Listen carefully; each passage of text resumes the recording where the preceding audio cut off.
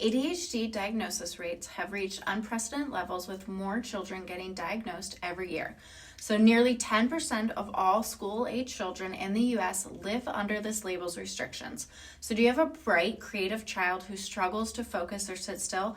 Maybe they fidget constantly or have frequent emotional meltdowns.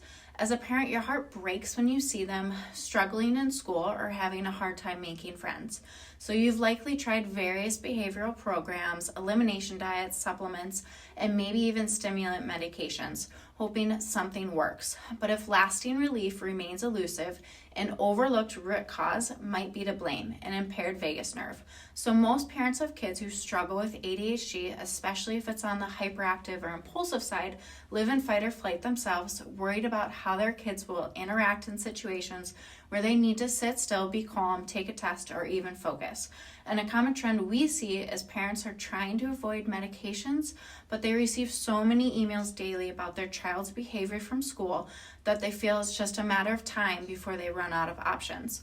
So I remember talking to a mom, and she would get anxiety every day just picking up her child from school, knowing it probably wasn't a good day for her little girl. And in this little girl's first consult, she couldn't sit still. She was running around the office, and mom was horrified. But the truth was, she wasn't trying to misbehave. She was just doing what her brain felt was comfortable to do, which is jumping, moving, and giving it stimulation. So after assuring mom that we understand and we're parents ourselves, so we get it, like a weight lifted off her shoulders. So the science behind ADHD and the connection of the vagus nerve is intriguing for kids like this little girl. Over 75% of all nerve fibers carrying sensory signals for organ function travel along the vagal pathways. So this makes the vagus nerve disproportionately influential in coordinating multiple body processes critical for health and overall well-being. So when not functioning properly, symptoms like insomnia, headaches, fatigue, anxiety, gut issues, and poor focus occur. So common birth interventions, including vacuum, forceps extractions, and C-sections, place enormous physical strain on this vagus nerve and brainstem upper areas. So spinal tension, misalignment, and subluxation frequently occur in this region, and that interferes with communication between the brain, the vagus nerve, and the rest of the body. So we tailor protocols unique to each individual needs and work to stimulate and strengthen your child's vagus nerve, restoring nervous system balance gently. So we know it's hard for most kids to sit still for an assessment and behave for a long time in an office, not want to jump off tables during adjustment, and that's okay.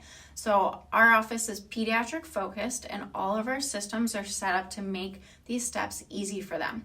So the first step is gathering this personalized and detailed case history for each child.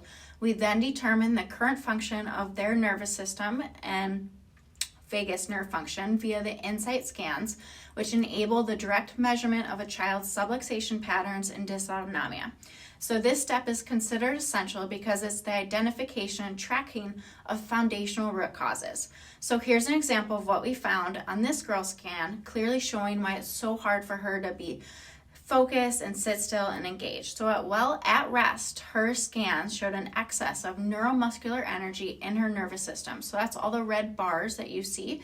And that's a lot of extra energy that the brain's picking up from the body. And it's telling her cerebellum and central processing system that she should move fast and keep a busy brain so that movement and attention span, or lack thereof, matches the input the brain is receiving. So we took these scans along with 2 others plus her clinical history, and then we create a customized care plan that mapped out how long it would take and how frequently we should start with adjustments. We then use precise neurologically focused adjustments to address subluxation, release stuck fight or flight tension, and we activate the vagus nerve and improve that communication between the brain and the body. So the first response for most children to the chiropractic adjustments is better sleep, and they're more calm and improved sensory regulation. So if you're ready to address the root cause of your child's neurological challenges head on, we would love to help. So safer, more natural options exist that address vagus nerve dysfunction and improve neurological communication and overall function. So first, please ask any questions, leave a comment below, or send us a DM. And second, if you'd love to learn more, Dr. Nick's going to be doing a workshop February 27th at 6 p.m. at Havana Coffee Shop.